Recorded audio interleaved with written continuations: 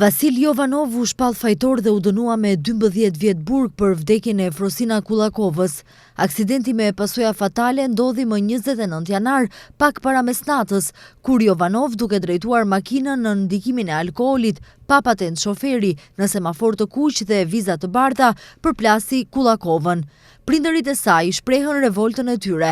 Babai i Frosinës, me të dëgjuar vendimin në gjykatën penale, ju drejtua gjykatësve me fjalët mafia dhe doli nga salla e gjyqit. Gjykata të akuzuarin e dënon me burg në kohëzgjatje 12 vjet. Të akuzuarit Vasil Jovanov nga Shkupi i shqiptohet edhe dënimi ndales për drejtim të automjetit motorik të kategorisë B në kohëzgjatje prej 5 vjetësh. Sipas babait të Frosinës, dënimi i këtij është shpërblim për Jovanovin. Nuk kam fjalë tjetër, gjyqësori që i mbron mafiozët.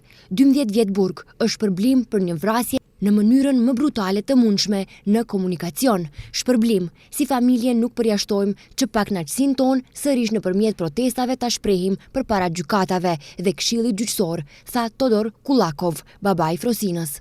Avokati i Jovanovit thekson që megjithatë dënimi është mjaft i rëndë dhe nuk është në përputhje me praktikën e politikës ndoshkuese në vend.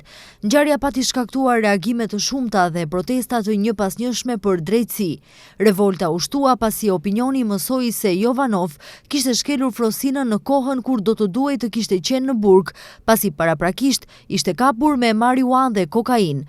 Për shkak të rastit, autoritetet policore zbatuan për një periudhë masa dhe aktivitetet të shtuara për të ndëshkuar shkelësit e trafikut.